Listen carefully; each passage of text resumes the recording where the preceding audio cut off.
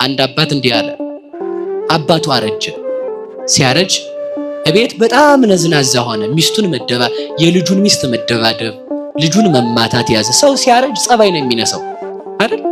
እግዚአብሔር ሰው እጅ ላይ ከመውደቅ ይሰውረን። እሺ እውነቴን ነው። ይሄ ሰው በፍጹም የማይታገስ ነው።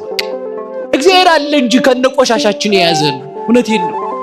እግዚአብሔር አለ እንጂ አሁን እግዚአብሔር ጉዳችንን አውጥቶ እንደው እኔና አንተ ሰውዬ እኔን ስታረግ አልዋልክም ቢለኝ ከቤት ራሱ አልወጣም።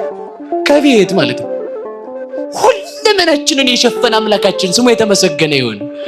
ስለዚህ ተመልከቱ፣ ሲያረጅ ጸባይ ሲነሳው እንግዲህ ይሄን አባትክን የምታረግበት አለች የልጁ ሚስት። በቃ ተራራ ወስጄ ጅብ እንዲበላው ጥየው ልንጣ አለ። የት ወስጄ? እዛ ወስዶ ተራራ ላይ ሊጥለው ሲሄድ ትንሽ ልጁን አስከትሎ ነበረ። ተራራው ወጥቶ ጥሎት ሊመለስ ሲል አባዬ አለው። አቤት አለው። አባትክን እዚህ ተራራ ለጅብ መጣልህ ነው አለው። አዎ አለው። እኔም አንተ ስታረጅ እዚሁ ጥዬህ እሄዳለሁ አለው። ከዛ ይሄን ያዘና ያ ሰውዬ ምን አለ መሰላችሁ? አባቱን ትቶት ልፍ እንዳለ እንደዛ ሲለው ተመለሰና አባቱን አልቅሶ ይቅርታ ጠየቀው። ምን ነው ልጅ አለው። ጅብ እንዲበላ ነዝናዛ ስለሆንክ ጫካ መካከል አምጥቼ ጥዬህ ነበረ።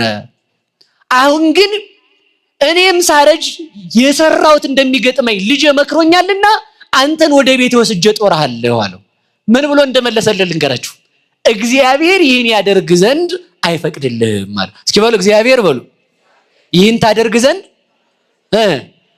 ለምን ሲለው ተመልከቱ። እኔ አባቴን እስካልጣልኩ ድረስ እኔን በአንተ እጅ እንደማይጥለኝ በአምላክ ያምን ነበረ አለ። ተመልከቱ።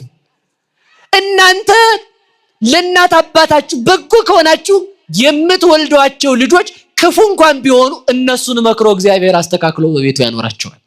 ብቻ እናንተ ባላችሁበት ዘመን በጎ አድርጉ። እንድናደርግ እግዚአብሔር ይርዳን። ውሻ ማን ነው ሲባል